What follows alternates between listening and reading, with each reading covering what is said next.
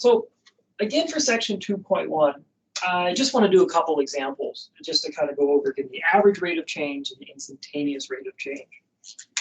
And again, the instantaneous rate of change, that's when we're finally doing calculus. So if it seems kind of like, I haven't seen this sort of thing before, seems kind of strange, that's all right, because it is going to be a little unusual. We're starting to get into the new subject. So let's say we have this.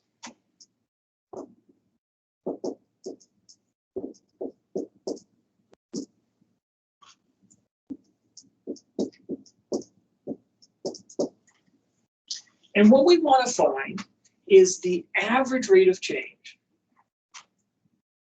on this interval.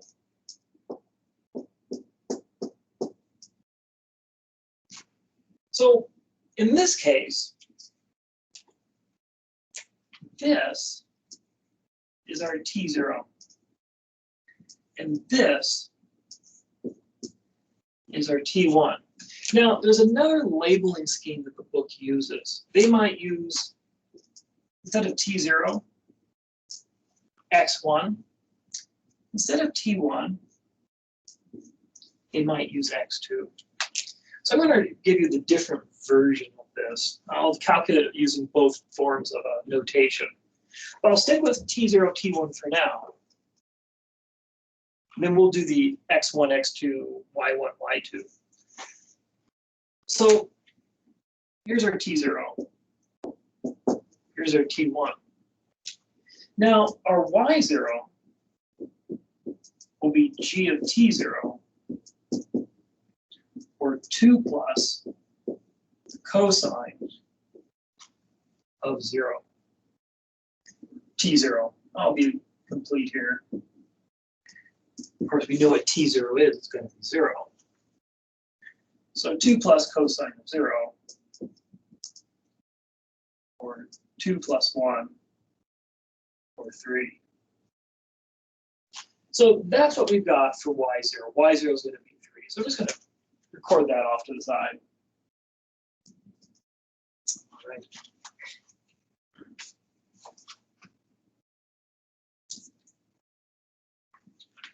And then for Y1.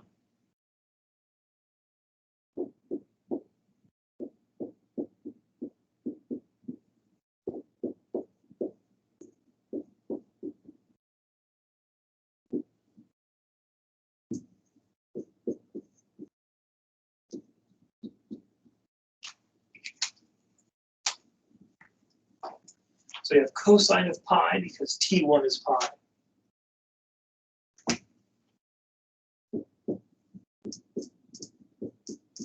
To get 2 plus minus 1,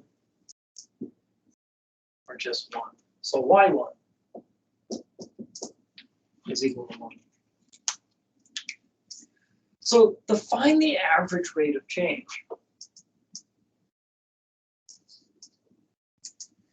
we're going to use the formula, now using the T format.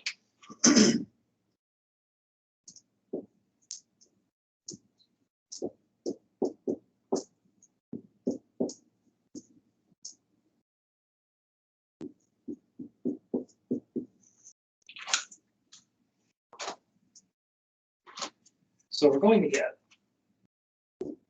1 minus 3 over pi minus 0,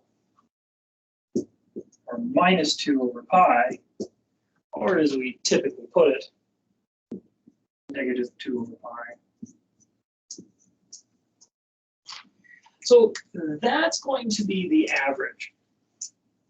Now, the other way of doing this is, and this is just sort of a labeling thing. Let's say we have something like this. Pick a different function here.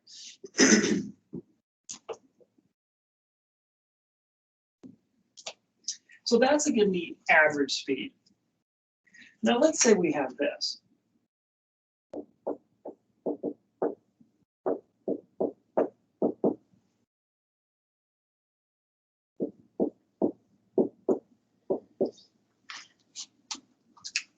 Now, the reason there's going to be two different formats is oftentimes the time element's 0.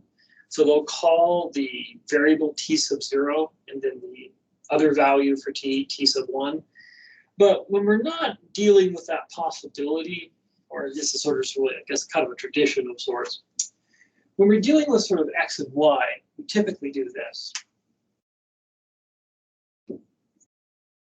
And this is just a notation. What you see is a return to your slope formula. This could be 0, this could be 1, with this being 0 and this being 1, that'd be perfectly fine. But this is just another way it's written. So let's say we're doing this. Let's take a look here. 1 and 3. So this is x1, and this x2. So you have x1 and x2. So this is going to be exactly like calculating the slope. So y1 is g of x1, which will be x1 squared minus 2x1, or 1 squared minus 2 times 1, or minus 1.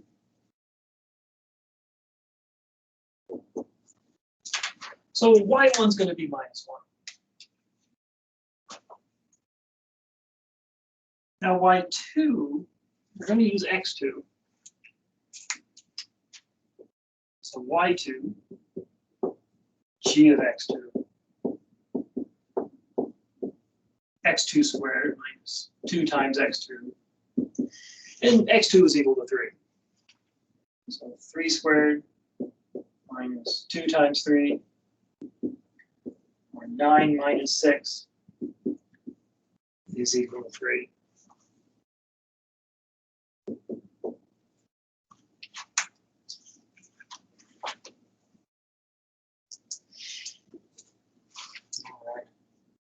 So again, using that formula for delta y over delta x.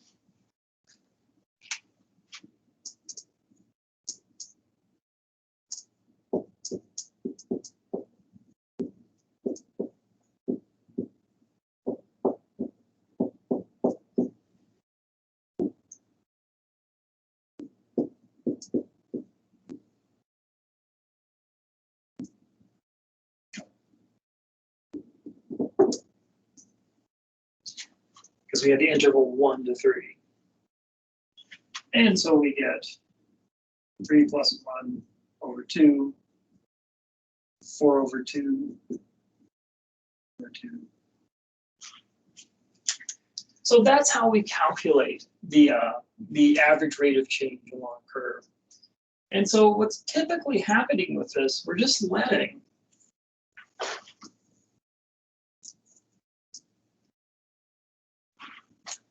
a line. So let's say I have a parabola. Let's say we're going to use y equals x squared.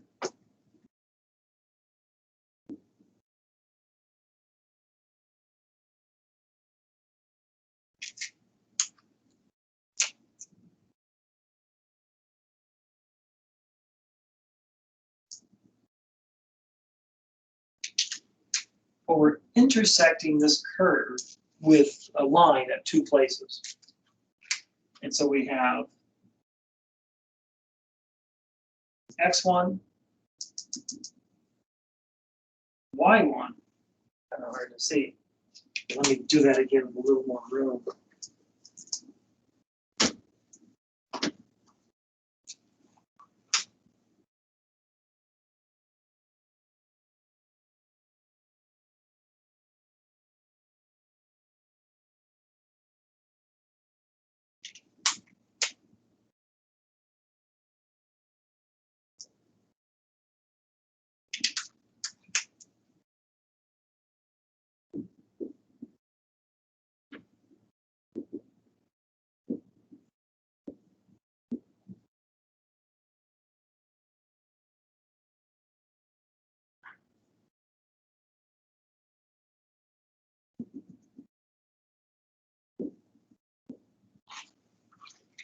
So you have x1 and y1, x2 and y2. So all we're doing is we're finding the slope of that line. That's what the average change is.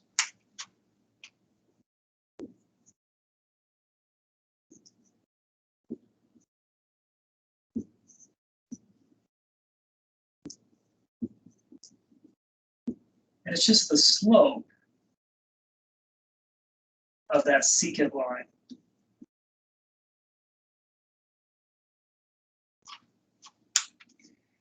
That's it. So the average rate of change for, say, y equals x squared between this point and this point is just the slope of the line between those 2 points. So that's going to be it. Now, the other thing we looked at was instantaneous rate of change. And a little more complicated.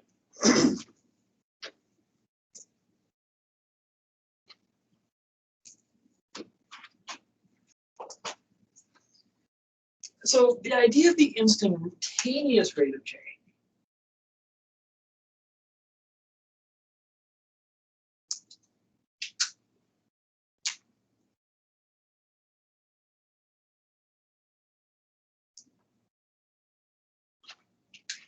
is if we have a point,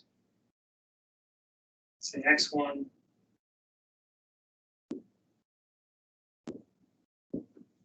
y1, and we call this point P. And then we have another point, Q.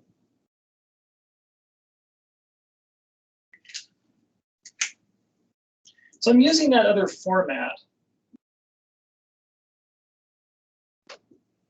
Instead of t's with t0 and t1, I'm going to use x1 and x2 now. That's the same idea from last time.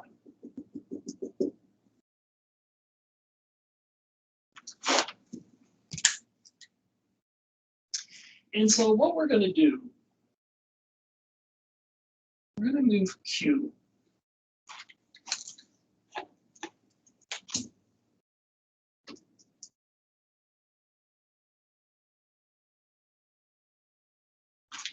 And as we move Q towards P, x2 is getting closer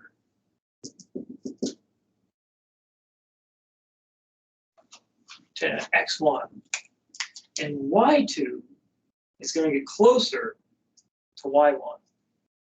Now, the thing we're interested in is this. H is the difference or the distance between x2 and x1. So what's happening as Q travels along the curve to get to P, H is getting smaller. This is equal to x2 minus x1. This gets smaller.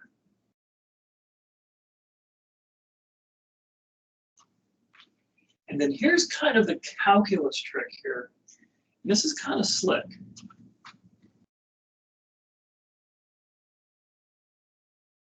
When Q equals P, what's H going to be?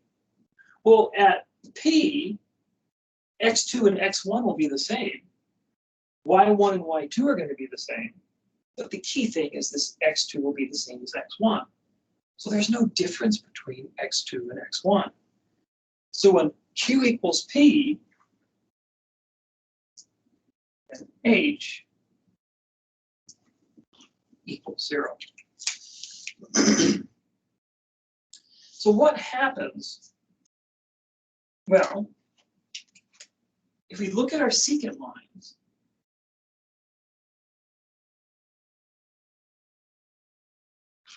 when Q's here and P's here, that's our secant line. But when P's here and Q is here, we get a different secant line.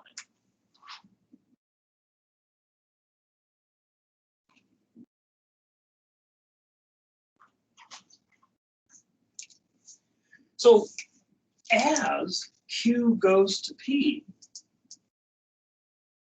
the secant line always changes.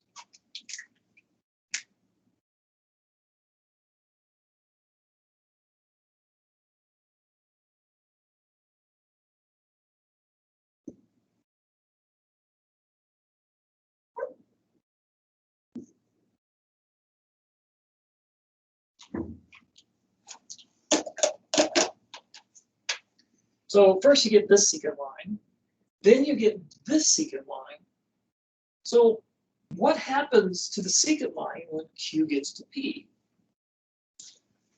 Well,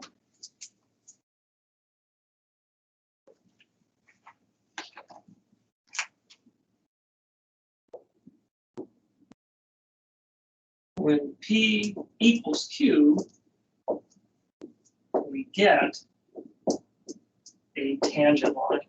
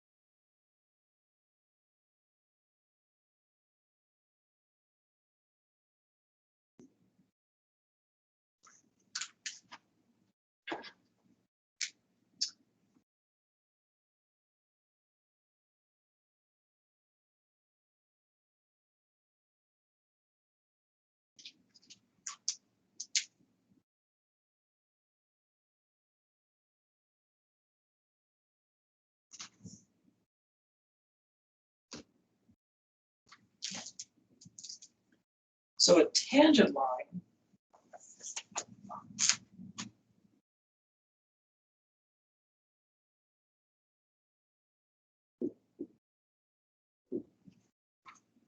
at this point, x1 and y1, is what we're going to get when Q eventually becomes P. So there's two things that are going to happen here. So first thing, and again, this is as Q goes to P, and this is what's going to be important for calculus. The secant lines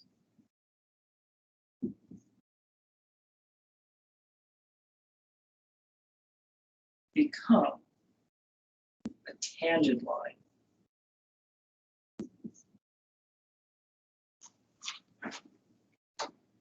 So that's sort of the new thing here. And then just to restate what we've already talked about, H, which is x2 minus x1, well, x2 is getting closer to x1 until eventually they become equal. So that means H, the difference between these, goes to 0. This is the calculus part. So as our secant lines become tangent lines, the difference between Q and P, well, the difference between x2 and x1, that difference H, that becomes 0. Now the clever thing with calculus is really the word becomes. And then this arrow, using this instead of an equal sign. The way we approach things in calculus, practically speaking, we are going to use basically an equal sign. But we like to say we're getting close to 0. And the reason is if we say that we're automatically equal to 0, we run into some trouble. So how do we find the slope of this tangent line? Because here's the thing. The instantaneous rate of change of this function at this point is the slope of that tangent line. And we're going to want to look for that.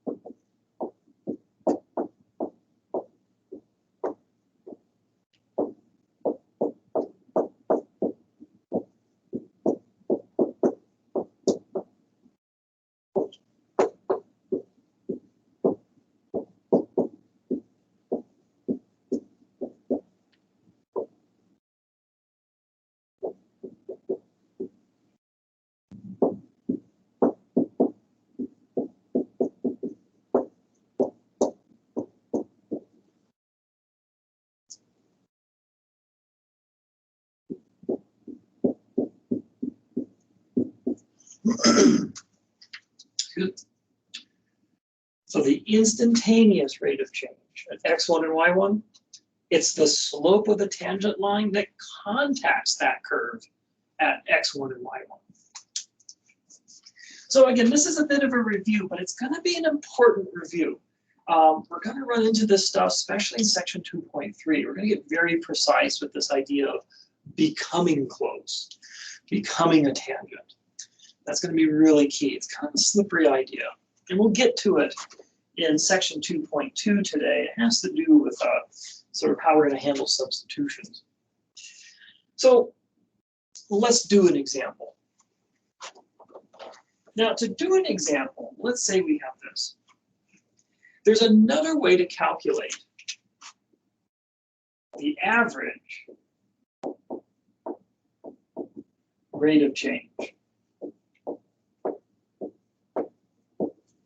And we saw this last time. So delta y.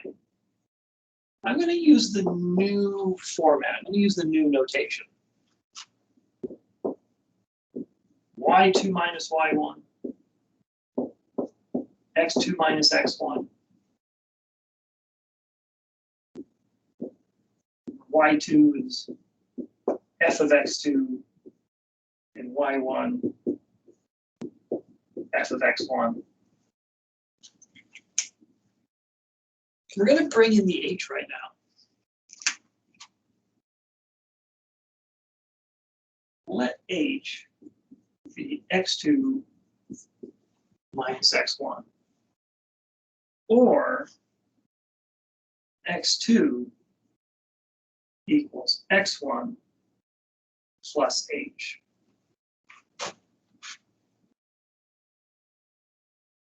And that's going to be key.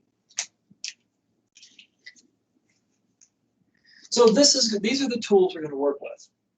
Now we're going to throw it all together and come up with a slick formula for the average rate of change.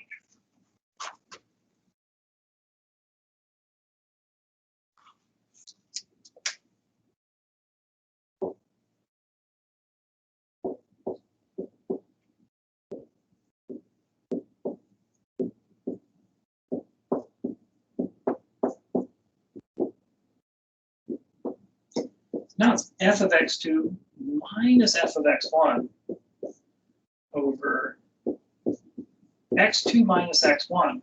And then we're going to make this substitution for x2.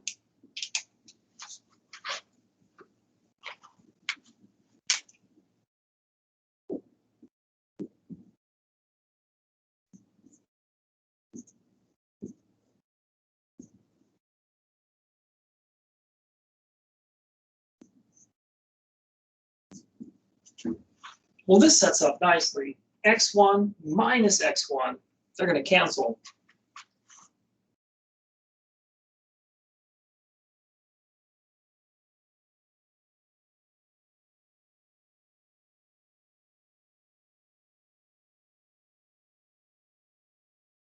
So that's the formula for our average rate of change.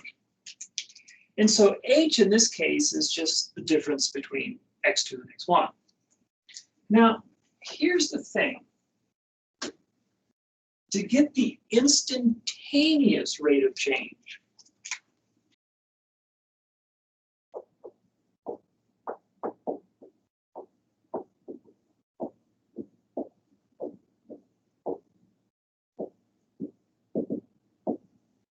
we're not going to set h equal to 0. We're going to let h go to 0 in the same way we have q approach p, goes to p. And so what we're going to do, we're going to take this expression, simplify it first, and then we'll do a substitution for h, because we're getting to the part where h goes to 0 at the end. So let me do a computational example. So I just wanted to cover that concept. It's really your first calculus concept. We're not going to let h equal 0. We're going to let h go to 0. And that means, practically speaking, when I try to solve this problem, I'm going to have h replaced with 0 at the end. When you're dealing with domains, you can't simplify first. In other words, if you have like a rational function, you don't simplify first to get the domain. So for example, and this is kind of off to the side here, brackets here.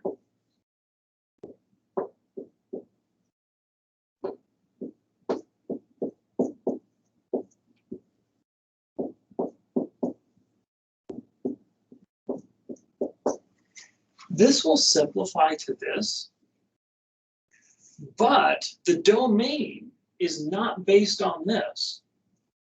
It's based on this.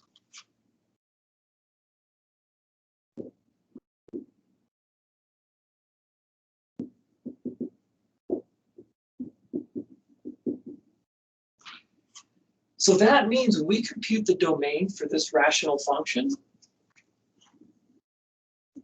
we have to exclude x equals 2, because 2 minus 2 will be 0, and we get division by 0. So the domain for this would be this. So we can never put in 2. We can't. And if you were to graph this, what you would actually get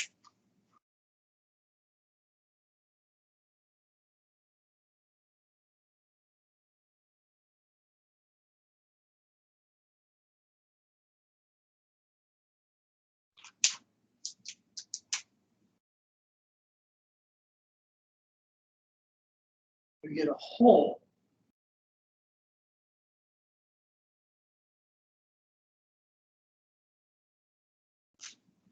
at x equals 2.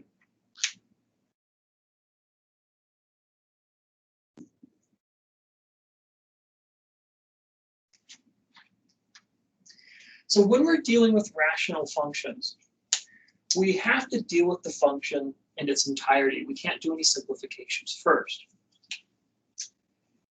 Now, when we're dealing with this, though,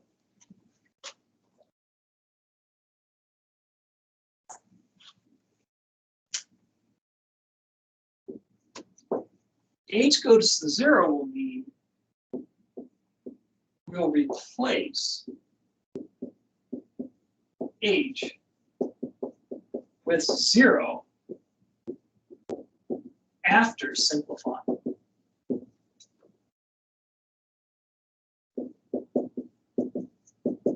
So practically speaking, when you get to your homework, this is the difference between what we were careful of in algebra and what we're going to be doing in calculus. So h goes to 0 is not the same as h equals 0. With this arrow, we're going to be free to simplify things down and then replace h with 0. And so what we're going to get is something ultimately called a limit, which we'll talk about in 2.2. So just if you're wondering why that is, and where we're going to do something that looks like we're cheating in terms of algebra, like you're not supposed to simplify when you come up with the values, the domain that you can use. And you're absolutely right.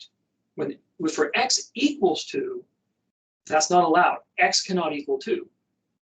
But what we're going to discover today is x can go to 2 like h goes to 0. That's different. There's h equals 0 versus h goes to 0. They're not the same thing.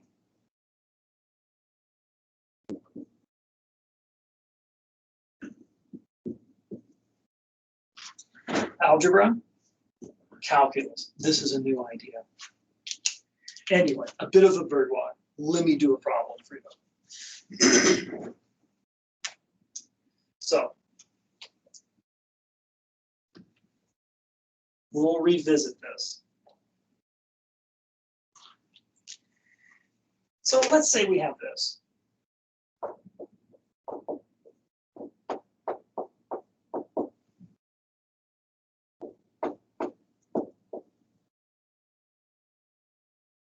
And we want to find the instantaneous rate of change at the point P, 2, -1. Well, what we're going to do, we'll use our kind of other formula for the average speed. And it's going to be formula for average. It becomes instantaneous when we have that h going to 0, not equal to 0.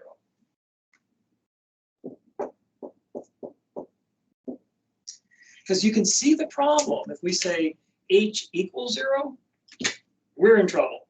Not going to work. But this is okay if h is going to 0. We can leave this here, do some simplification. All right, so first off, what's our x1? Well, just like finding the slope on a line, you can label these. This is x1, this is your y1. Or more accurately, this is f of x1, that's your y1.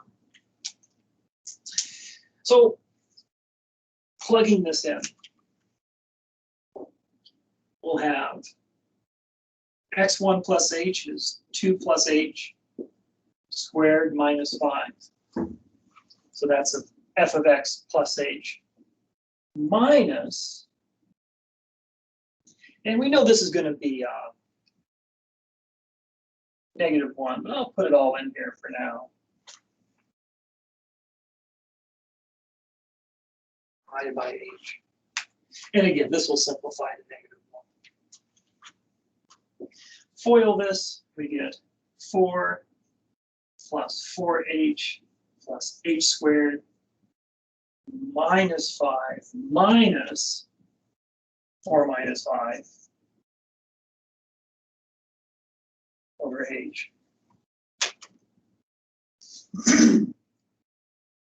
So we get 4 plus 4h plus h squared minus 5 minus -1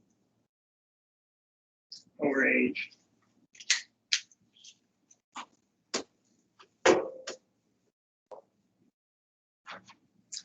So minus -1.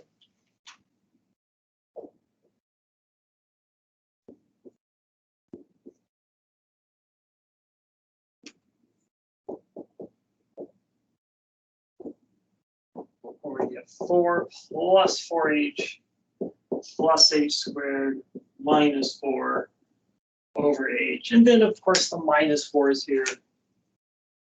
And the positive 4, they're going to cancel. And so we get this.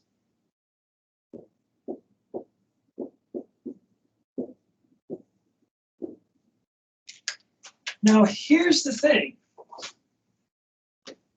Because we're not having h equal 0, we're allowed to do all this. So we're going to keep simplifying. Since we're not doing an h equals 0, it should h goes to 0. Well, we can divide h into each of these because h is going to 0. It's not actually 0. So we can divide. So we get 4 plus h. So this is the slick trick with calculus. H going to 0, at some point, it's going to get so close to 0, it's practically 0.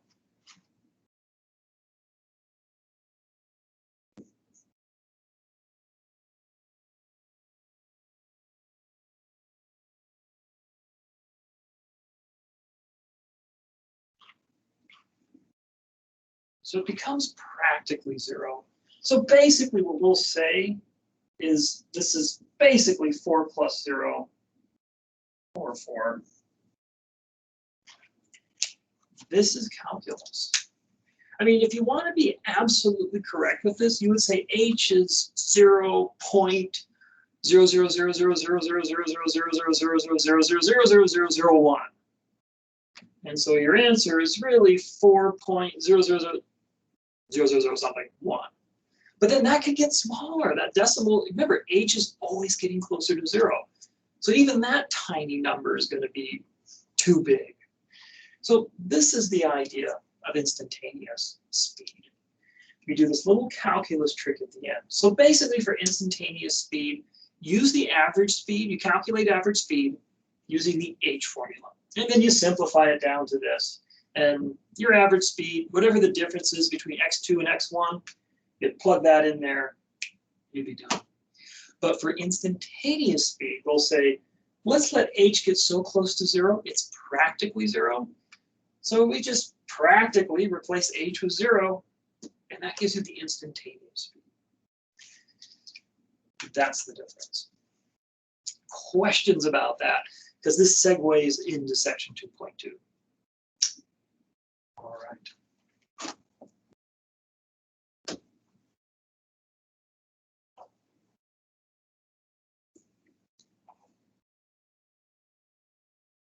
How are we doing? All right, we're good. So section 2.2. What this section does is it gives a name to this thing with h going to 0 versus equal 0. And this is called a limit. This is your first calculus idea.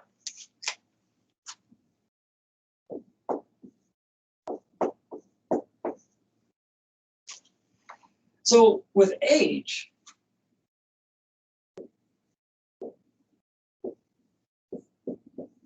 this is algebra. This one, h is the same as 0. This is calculus. And what this says, h is practically 0, but not quite 0.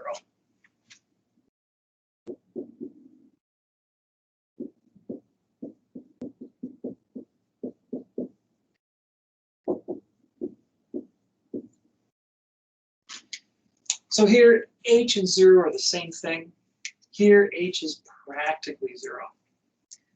And we're going to do some neat stuff with this. This is a powerful idea that, well, it's going to open up a lot of neat opportunities. So this is sort of the difference between calculus and algebra, this little imaginative leap. And computationally, I mean, you do have to be careful with this. You get some unusual, unexpected behavior. There's stuff called instability in calculus, where when you start changing h to get smaller and smaller, the function can do all kinds of crazy things depending on what you're using your h for. And your h can play a lot of different roles. It can do a lot of different things. And as you're dealing with shrinking quantities, functions can do all kinds of unusual things. One of the things that you saw last time was the function that just sort of went like this. That's something that you might call it. That could be maybe a form of instability. We call it oscillation in this class, but you know, those things that can come up. But this is the idea. H is practically 0, but not quite 0. But then here, H is in fact 0 and nothing else. The difference between calculus and algebra.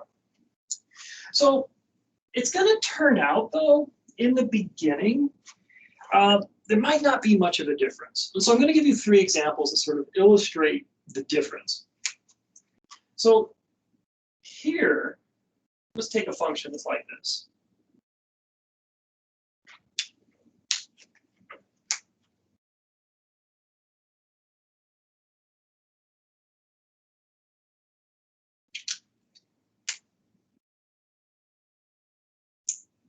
So let's say this is 2. And this is 3. So when we talk about limits, we might write something like this. Here, let me give this thing a name. Let's call this f of x.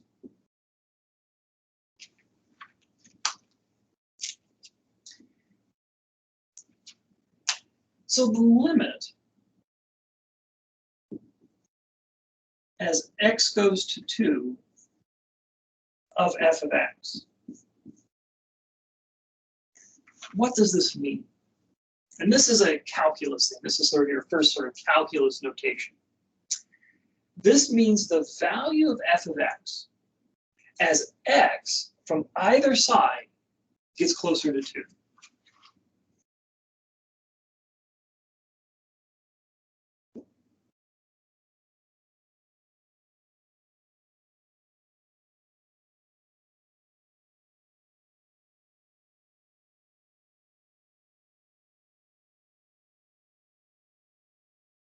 key thing is close to. Now, again, practically speaking, and this is what limits really mean. When we mean close to 2, we mean really close to 2, where x is practically 2, but not quite 2.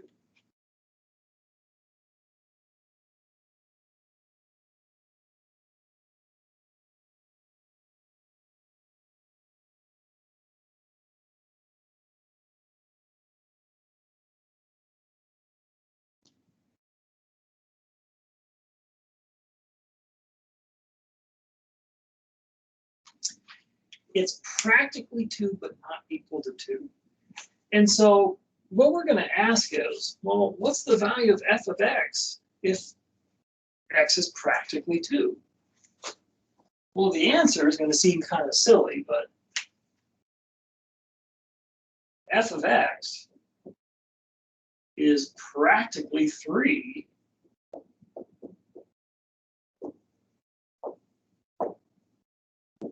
when x is practically, I need a little more room,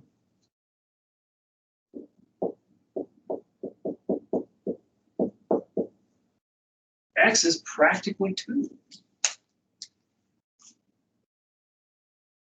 So that seems really silly. It's like, why not just let x be 2 and let f of x be 3? Well, hold on. That might not give a very powerful example of why we need to do this. But let me change our function a bit.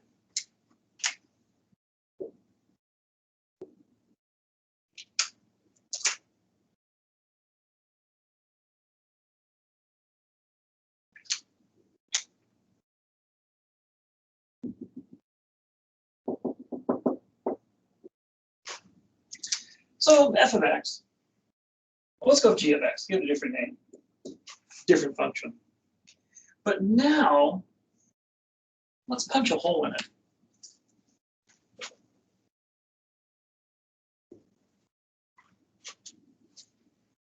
So here's the thing with this function. G of 2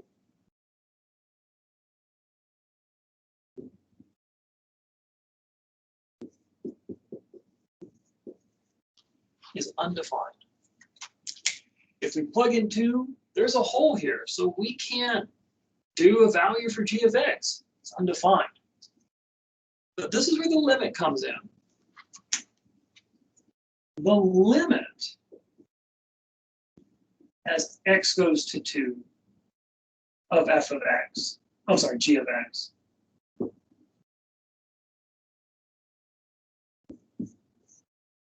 that is equal to 3. And the way you can think of it's like this. When x is practically 2,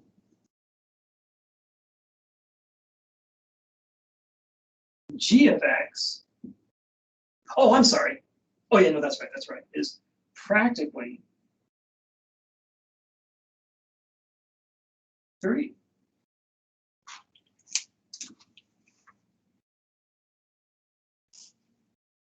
So that's the calculus difference. There's a lot more we're going to do with this than, if we're practically 2, we're practically 3 with this hole. There's a lot of things we're going to use calculus to do. We're going to get lengths of unusual curves. We're going to get volumes and areas, really neat volumes and areas. But we're going to start out kind of slow here. But that's really what the idea of a limit is. So you get some interesting results here. So let me do another example where things aren't going to agree. And this actually leads to a definition of continuity we'll get to soon. Not today, but let's say h of x. Let's come up with an h of x function here.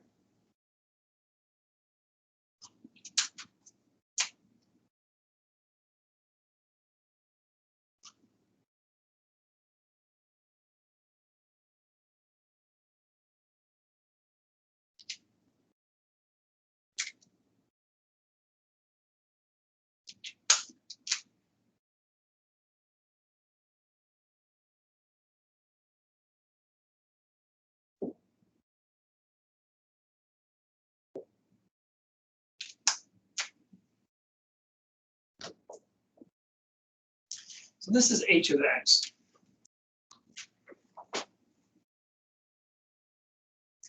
Now this is where that practically 2, you got to be careful. If we ask what h of 2 is,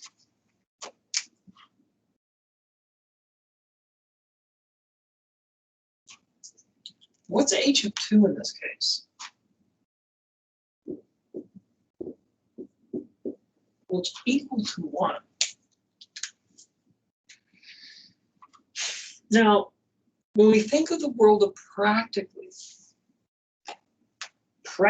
2 isn't really 2. So that means when we're thinking of the world of practically, we're thinking here and we're thinking here.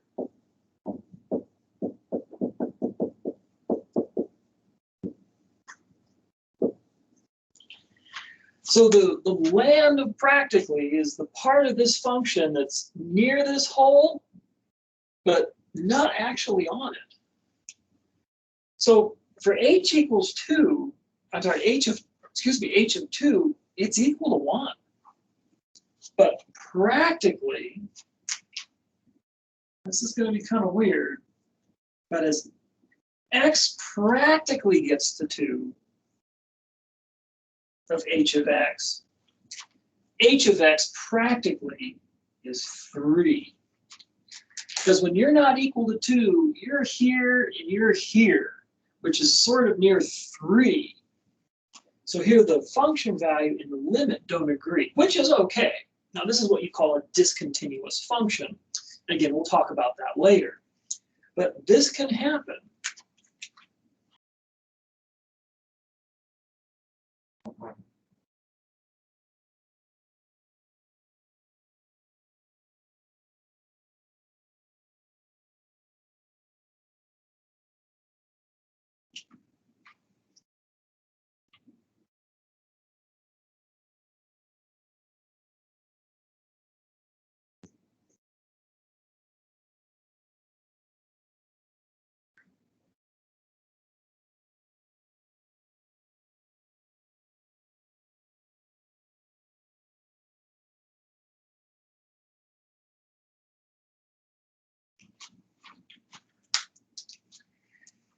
So this can happen with limits.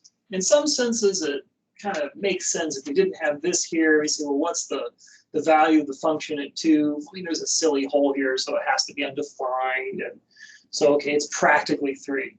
But here you get kind of a weird result. H of 2 is equal to 1, but the practically, it's going to send you up to 3. So something to keep in mind. Questions about this? All right.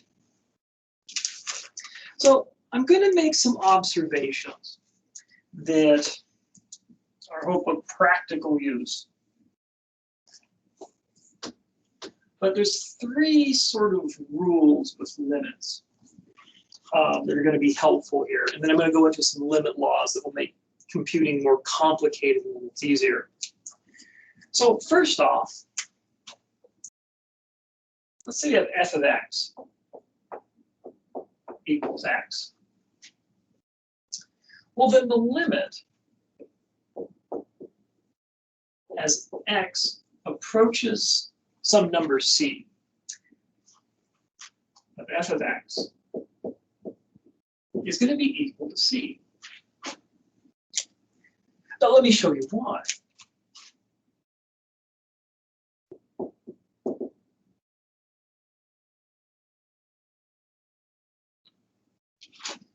So let's say we have this.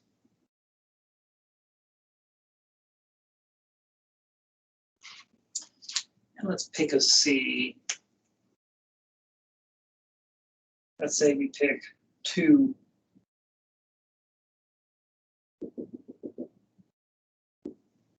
And again, this is f of x equals x.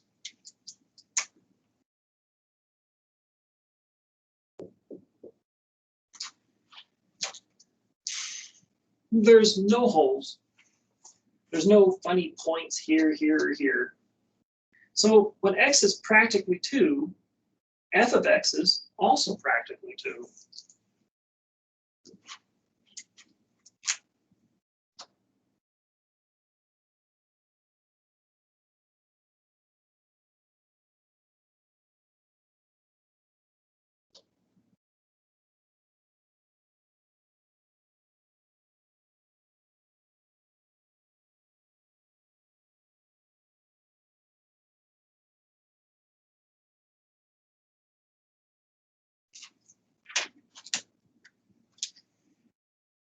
So another way of saying this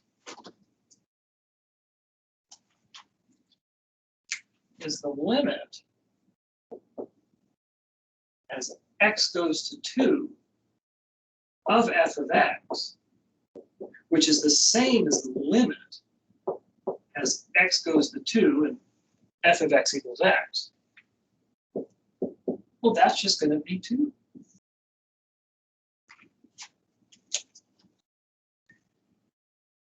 Questions about that? Because the idea is this, is you're near 2, you're going to be kind of around in this area, and this is near 2 also. So if you're practically 2 here, you're going to be practically 2 here. Questions about that? Let me show you another one.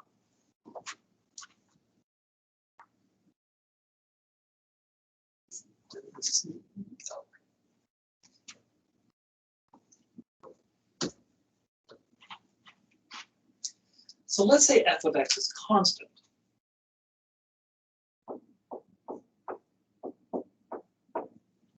Some constant k.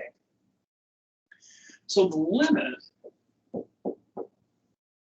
as x gets close to some number c of f of x, well, it's going to be that constant k. And this is going to be true because f of x is always k, whether we're at c or very close to c, f of x will always be k. For example, say f of x equals 2.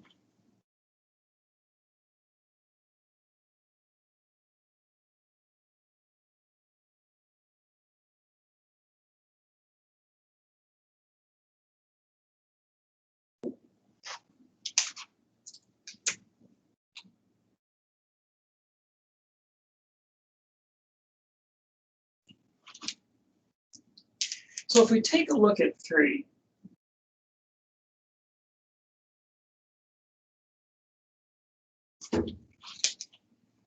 when we're very close to 3, so when x is near 3 or practically at 3, sort of in this area, well, we're going to be along the curve in this area, and that's always going to be the value of 2. So in this case,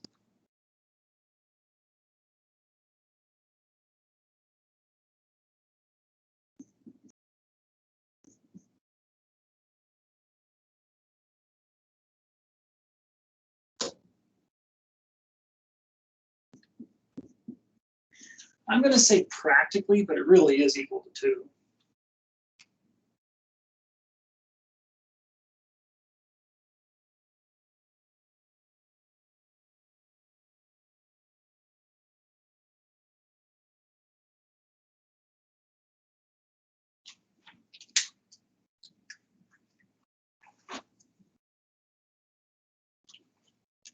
So in other words,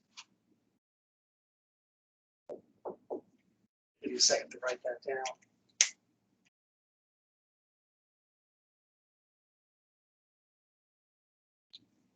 So the limit as x goes to 3 of f of x, which is the limit as x goes to 3 of 2, well, that's just going to be 2. Questions about that? All right.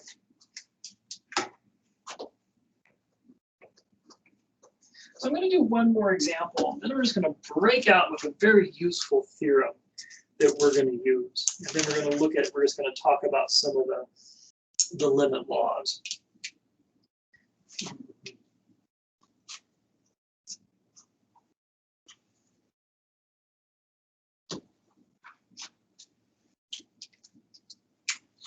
So let's say we have this.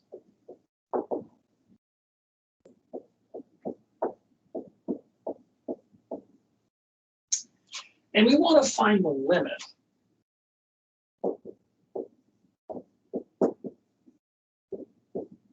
as x gets close to 2 of f of x. So in other words, when x is practically 2, what is f of x going to practically be? Well, let's find out.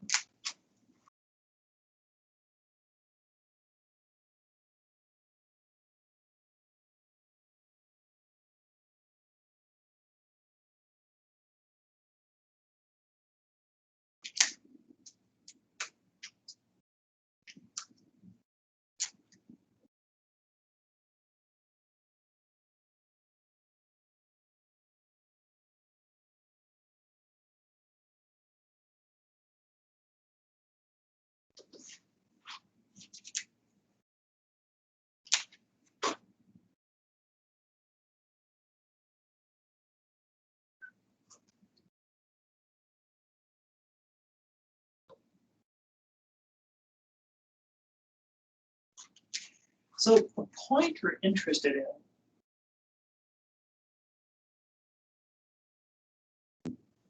is this here. X is 2, f of x is 4. So if we're really close to 2 on this curve, we're going to be right around here. And where's this located? Well, it's about 4.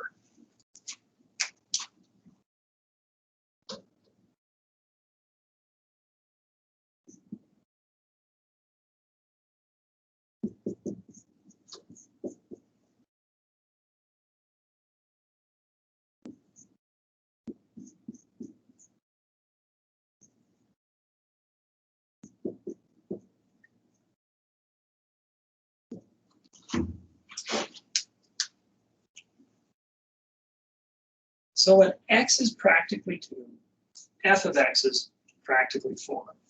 Yeah, I know this seems kind of silly, but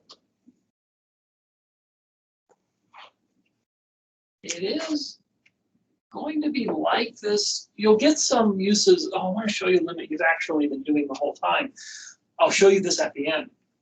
But the way we say this, the limit of f of x as x goes to 2, or the limit as x goes to 2 of x squared, well, that's going to be 4.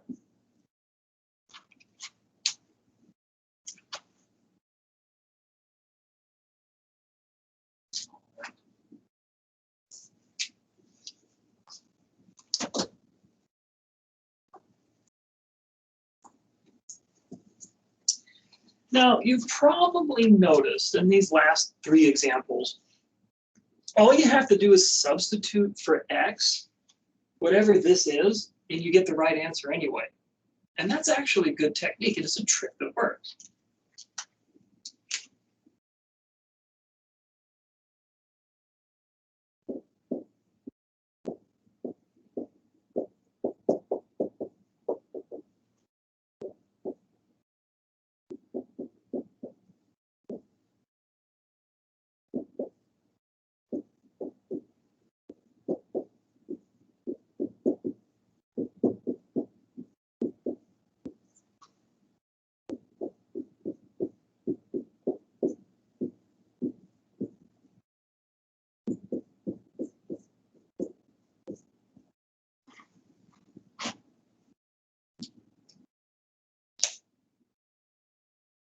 So that's kind of it. So like the limit as x goes to 2 of f of x in this case was equal to, let's say we have a, well, let me back up here. For f of x equals x, that's what we came up with. The limit as x goes to 2 of f of x equaled f of 2, which was 2. And that gave us the right answer. Same with x squared.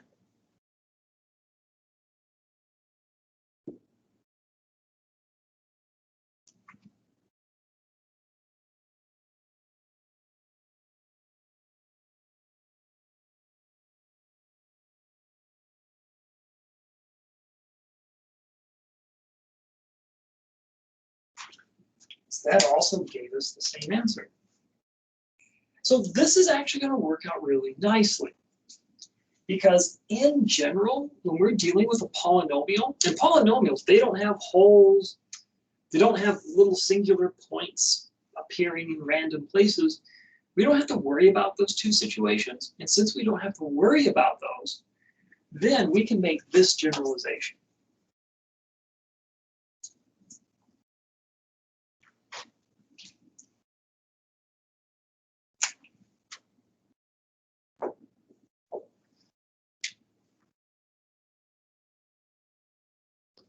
I need a little more room. Well, I'll do this.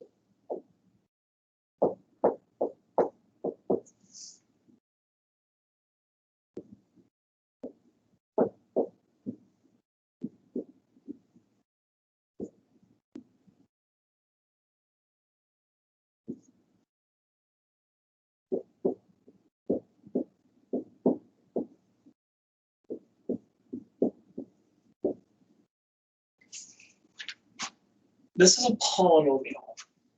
A little funky looking on this little board. But this is a polynomial. If P of X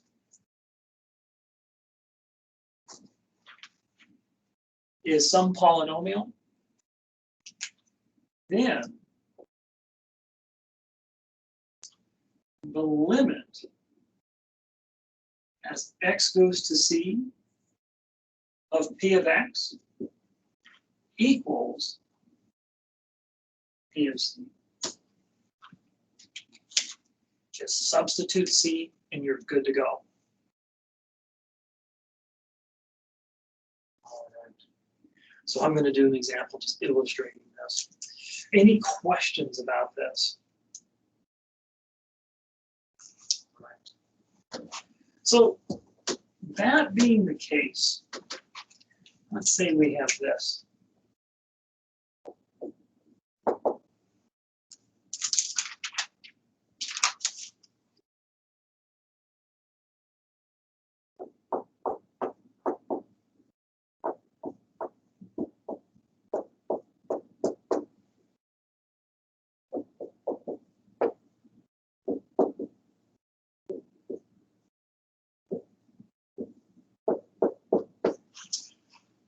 So we want to find the limit as x gets close to 3. So when x is practically 3, P of X will be practically what? Well,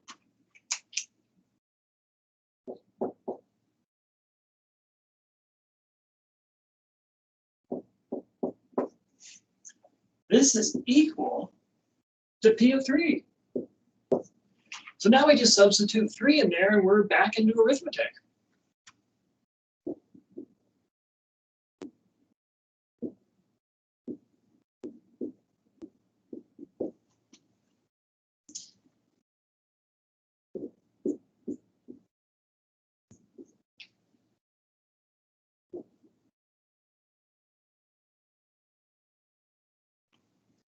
And that's our answer. That's it. So what you were saying was right. I mean, as long as we don't have holes, as long as we don't have points all over the place, practically speaking, just replace x with the number, and then you're good to go. Just like we did with h, replace h with 0. But the thing is, because we're dealing with a limit, we don't have to do that until the very end. And again, there are going to be problems in this homework set where you're going to simplify first and then make that substitution. While in algebra, we wouldn't do that. We would realize that if there's going to be a division by 0, simplifying doesn't let you avoid that. You just got to leave it the way it is. Now you can simplify it to graph it, but as far as the domain is concerned, got to leave it as it is. No simplification. But for this, you can simplify and then make that substitution. That's the power of saying that x isn't equal to 3. It's practically 3. All right, so let's look at some limit laws. These are the things that are going to help you really just kind of crank through the homework. So first off, polynomials.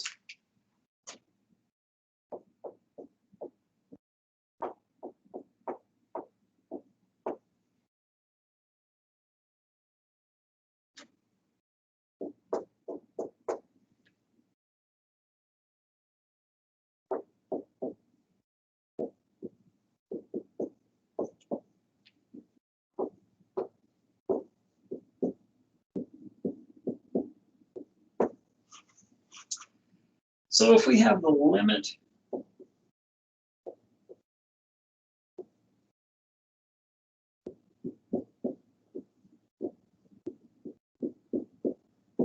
of P of X over Q of X, we just substitute.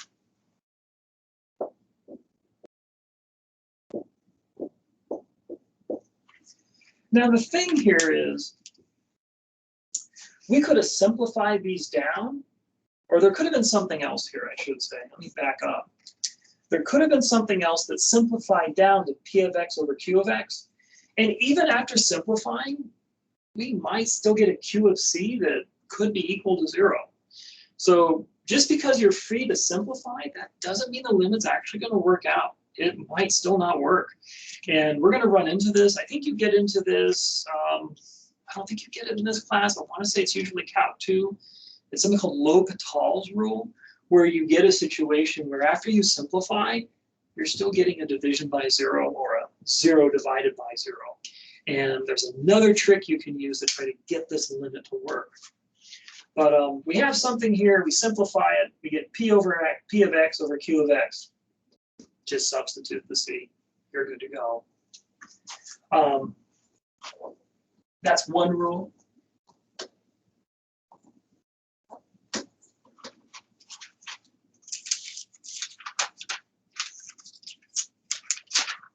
The next set,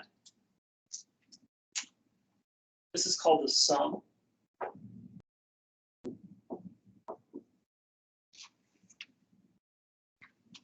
And it says that the limit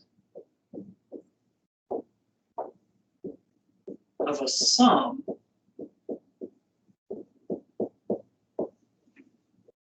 is the sum of the limits.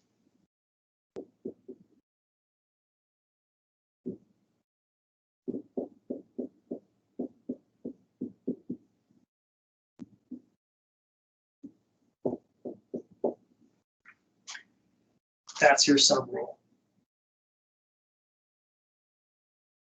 Your difference rule,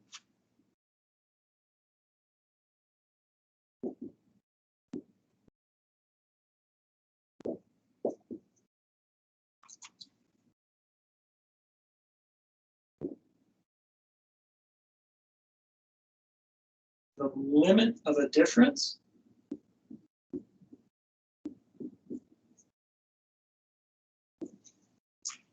will be the difference of the limits.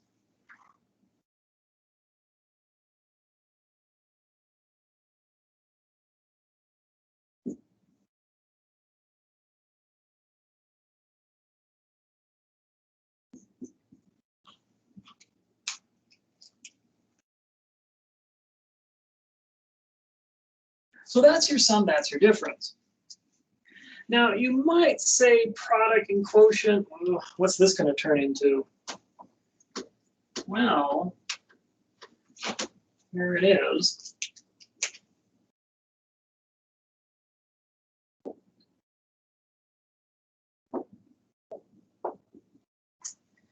So the limit of a product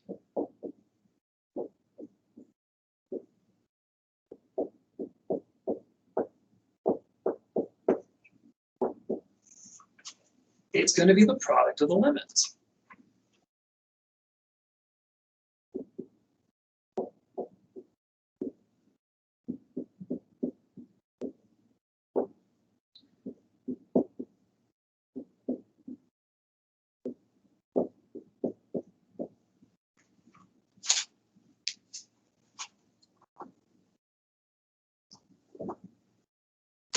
And there's another product rule that's far more famous than this. It involves derivatives, and we'll get to that later. But there's another famous product rule. There's another famous quotient rule as well.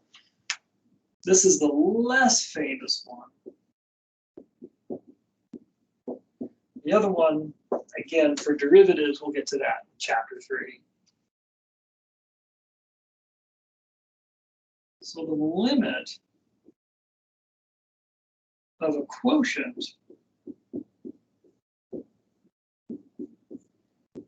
will be the quotient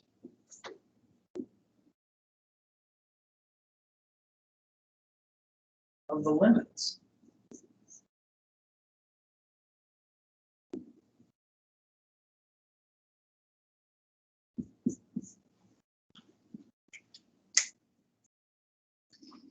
And there's an assumption here we want to make. Again, that the limit as x goes to c of g of x isn't 0. And I'm making an assumption here, is that after we've simplified things, or we simplified them here, and we can't simplify any further, we want to make sure that whatever's on the bottom does not have a limit of 0, or the limit doesn't exist. It is possible to have limits that don't exist. So this is, we've simplified something down here is what's happened.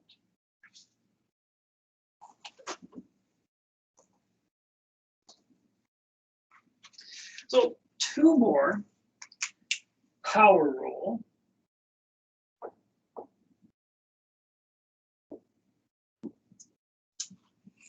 And this one, the limit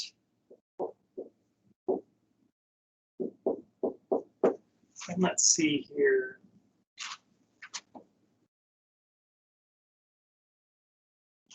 So he raises to the nth power.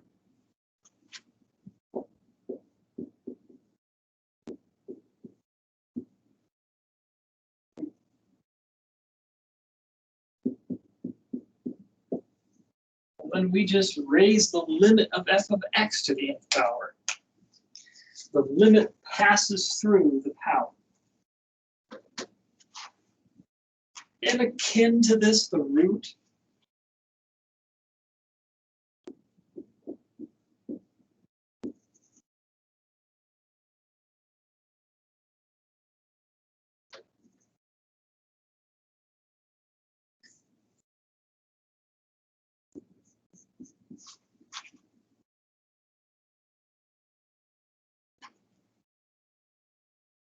This will be the nth root of the limit f of x. And they make an assumption here for n positive integer.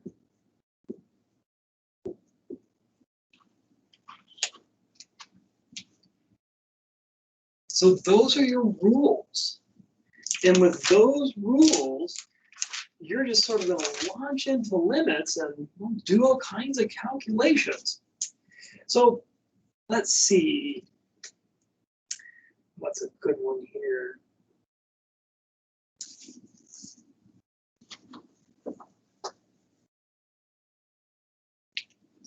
So let's say we have this.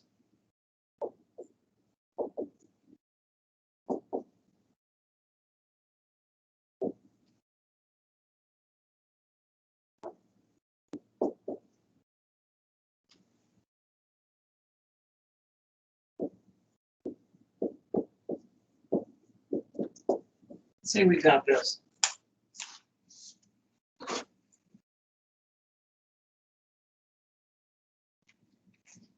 So how do we handle this? Well, first we can use our quotient rule.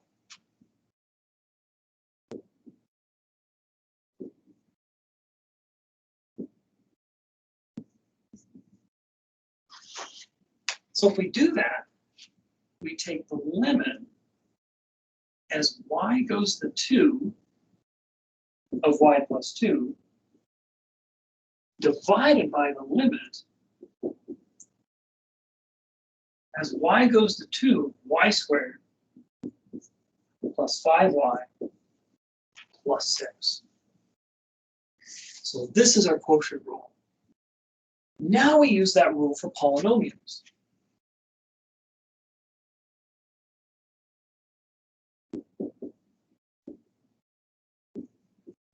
It was that first rule we looked at. I didn't call it a rule, but you could think of it as a rule.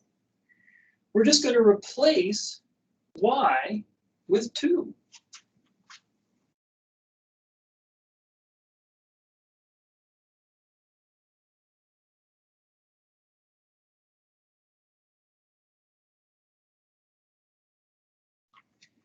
And now we just simplify things down. We get 4 over 4 plus 10 plus 6 is going to be 4 over 20, or 1/5.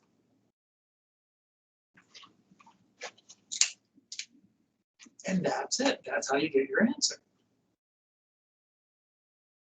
Questions about that? So let me do another one.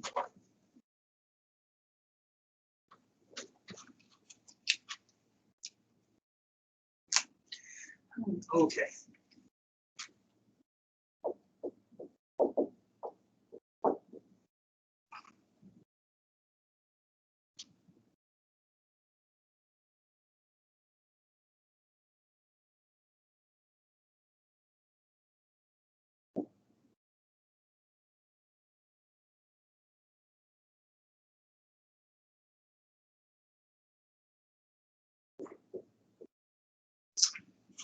So let's say we've got this.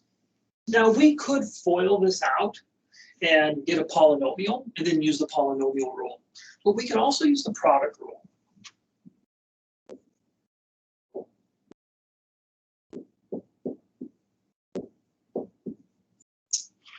So what this will give us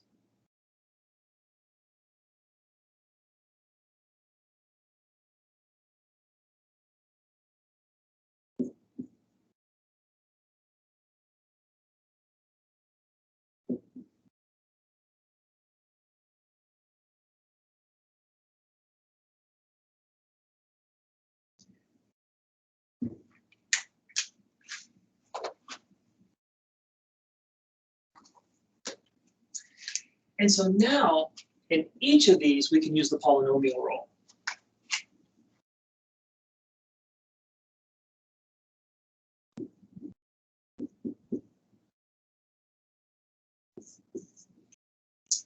So what we'll get is 8 minus 3 times 2/3. Then we'll have 2 times 2/3 minus 1.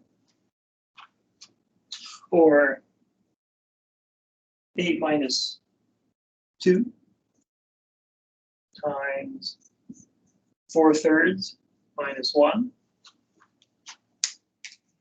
Make sure my arithmetic there is correct.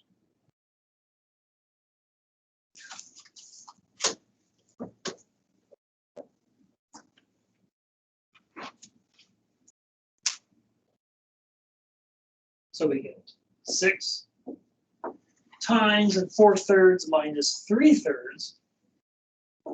Oh, arithmetic review. Represent 1 is 3/3. We get 6 times 1/3, and that's going to be equal to 2. That's going to be your answer. So, okay, that's all nice and fine. But let's get really kind of a nasty one. Let's do this.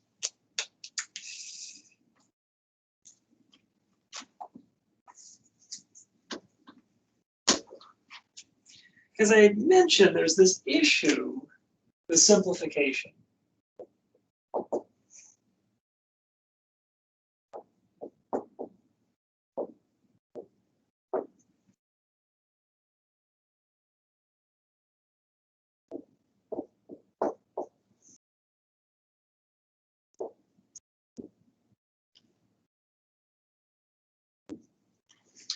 So this one here, again, we can use our quotient.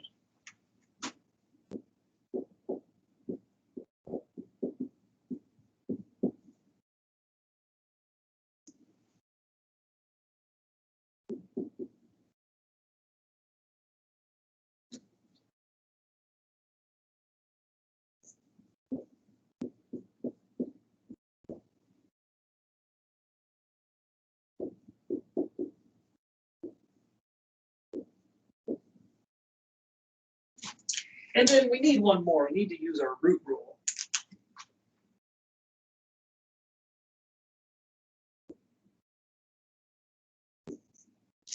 So we got to be careful here. Actually, technically what we're going to be using, we could argue we're using our difference rule. We got to use that next.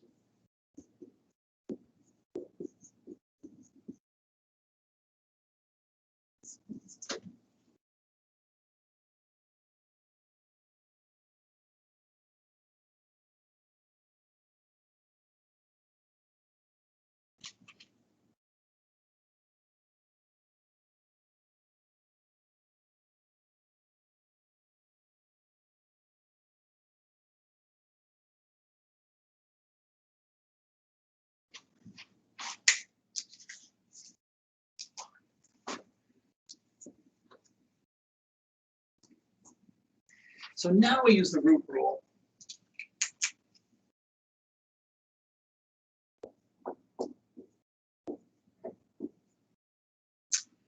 So we'll get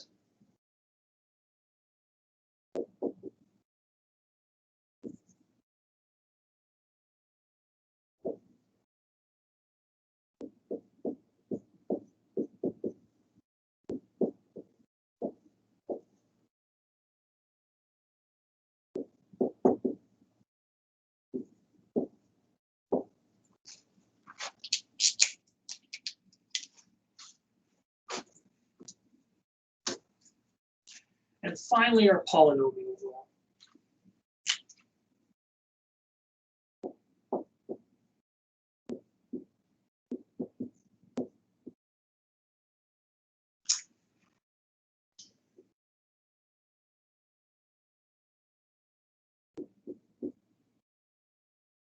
Because the limit of a constant, just that constant, like the limit for f of x equals k, is still going to be k.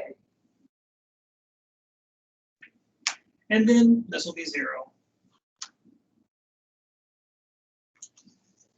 So this will be square root of 4 minus 2 over 0, 2 minus 2 over 0, or 0 over 0.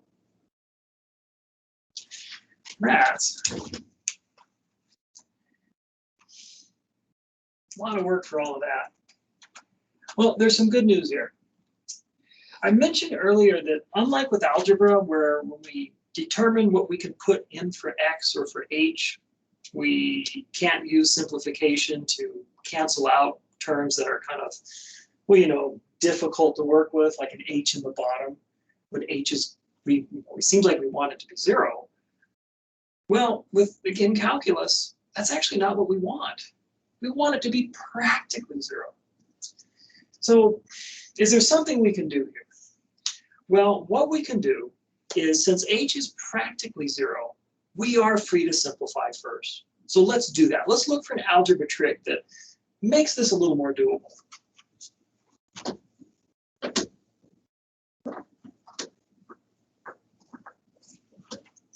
So here's the alternative approach.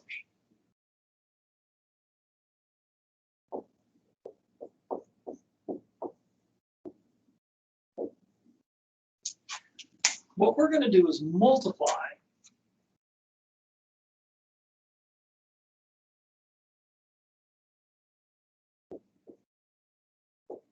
by square root of 5h plus 4 plus 2.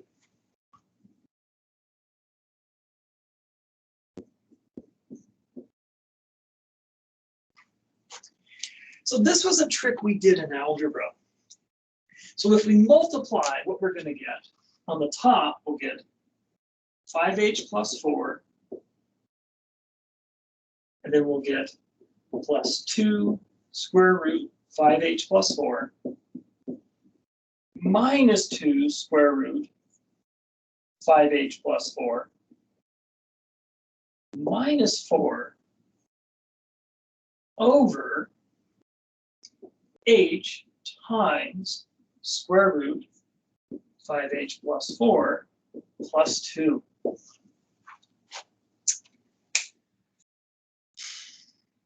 So instead of the minus, we've got the plus, and then the plus again.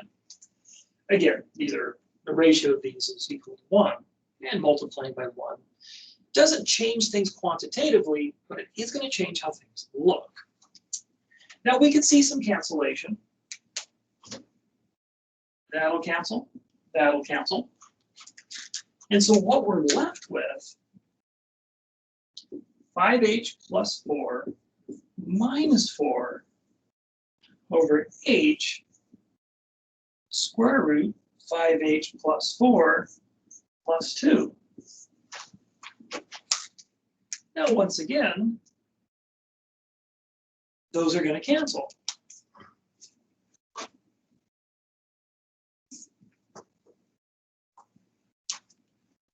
So we'll get 5h over h square root 5h plus 4 plus 2 And now these h's are going to cancel. Now again, in algebra, if we said h was equal to 0, we'd be dividing by 0. Couldn't do it. But because this is calculus, and we're saying h is practically 0, it's okay to divide by h, because it's not actually equal to 0. It's just as close to 0 as you want it. So you're not dividing by 0 anymore. So this is okay. And so now we have 5 over the square root 5h plus 4 plus 2. This is what we now use for the limit. And so the limit, as h goes to 0, 5 over square root 5h plus 4 plus 2. Again, you can use your quotient rule.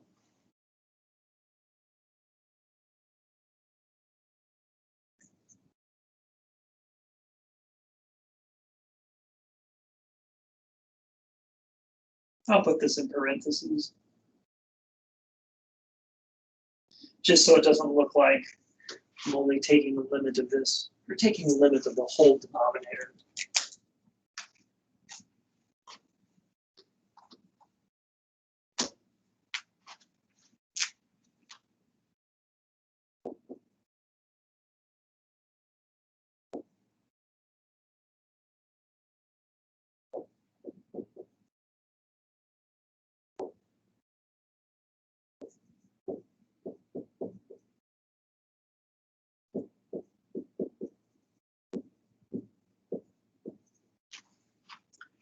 And then we use that root rule again.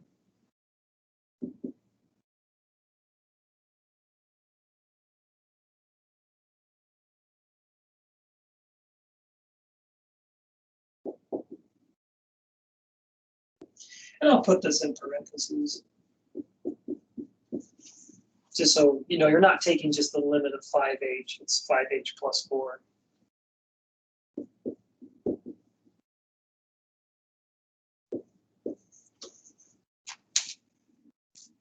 And then we use our polynomial rule. Well, the limit of a constant is that constant. Here you just substitute h with 0 using that polynomial rule.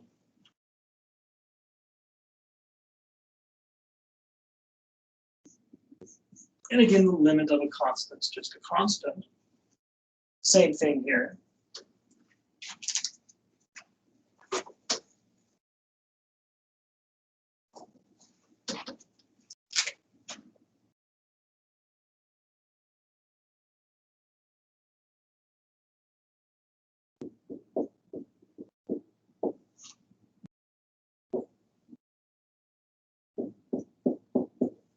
And this is going to come out to 5/4. So we actually got a good answer out of this. Didn't look like we were going to, but we did get a good answer in the end. So again, you might have to do some simplifications. You might have to do some algebra tricks to get it to work. And unlike algebra, when you're dealing with domain, where that doesn't count. For calculus, when you're dealing with limits, perfectly fine.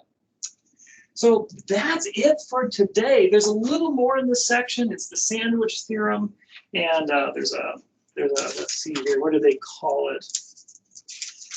They don't really give it a date. It's an inequality theorem is what it is, and we'll take a look at those on Monday. But as far as the calculations go, you should have all the material for 2.2 and 2.1.